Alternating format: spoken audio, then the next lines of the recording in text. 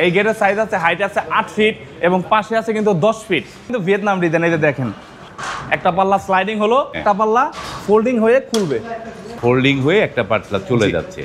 Same design, দুই পাশে কিন্তু সেম ডিজাইন।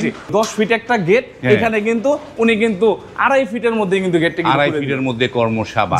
এটা কিন্তু সেই জাহাজের প্লেট, যেটা কিন্তু হাজার হাজার বছর নোনা পানির নিচে থাকার সত্ত্বেও কিন্তু এই প্লেটে কিন্তু জং আসে না। আর সেই প্লেট দিয়ে কিন্তু এই গেট বানানো, তাইলে পরে বুঝতেইছেন যে আসলে এই গেটগুলো কত পরিমাণ হেভি।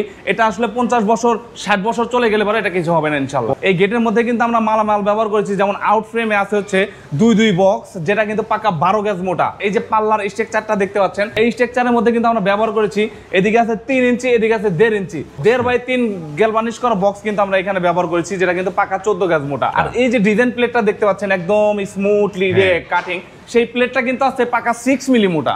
কি পরিমাণ মোটা 6 মিলি প্লেট, 6 মিলি প্লেট দিয়ে, এবং এই স্ট্রাকচারের এই যে লেজার কাটিং বা ভিয়েতনাম ডিজাইন বলি, প্রাইস কিরকম পড়ে এগুলা?